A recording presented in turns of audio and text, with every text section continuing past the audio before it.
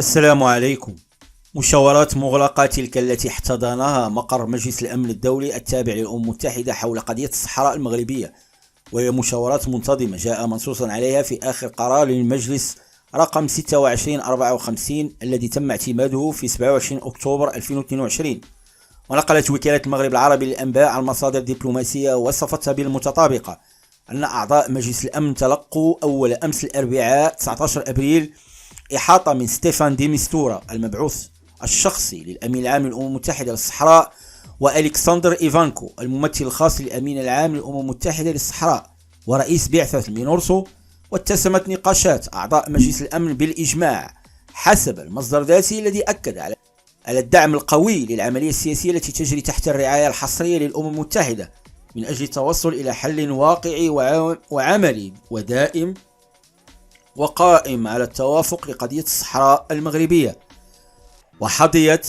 دينامية دي ميستورا المدشنة عبر مشاورات ثنائية غير رسمية لا سيما مع المغرب والجزائر وموريتانيا نهاية مارس الماضي في نيويورك بإشادة وتقدير الدول الأعضاء في المجلس،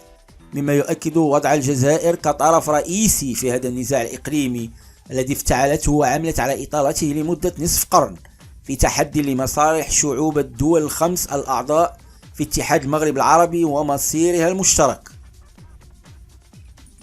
فأعضاء مجلس الأمن أصبحوا واعين بأن المغرب هو الطرف الوحيد الذي يقدم حلا سياسيا واقعيا لهذه الأزمة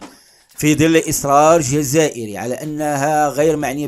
بالنزاع وضغطها على البوليزاريو لإدامته.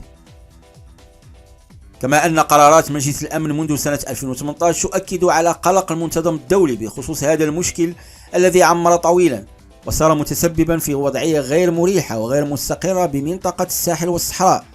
كما تؤكد اقتناعها بأن الحل يجب أن يكون سياسيا. وفي هذا الصدد اعتبر محمد سالم عبد الفتاح رئيس المرصد الصحراوي للإعلام وحقوق الإنسان أن إحاطة المبعوث الشخصي كانت فرصة لإثارة التعقيدات والتحديات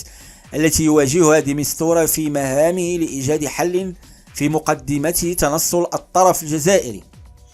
من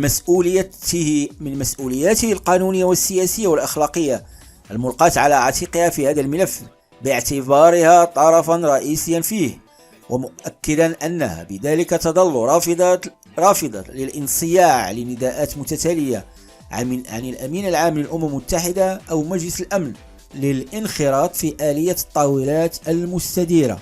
وتأتي هذه المشاورات والإحاطات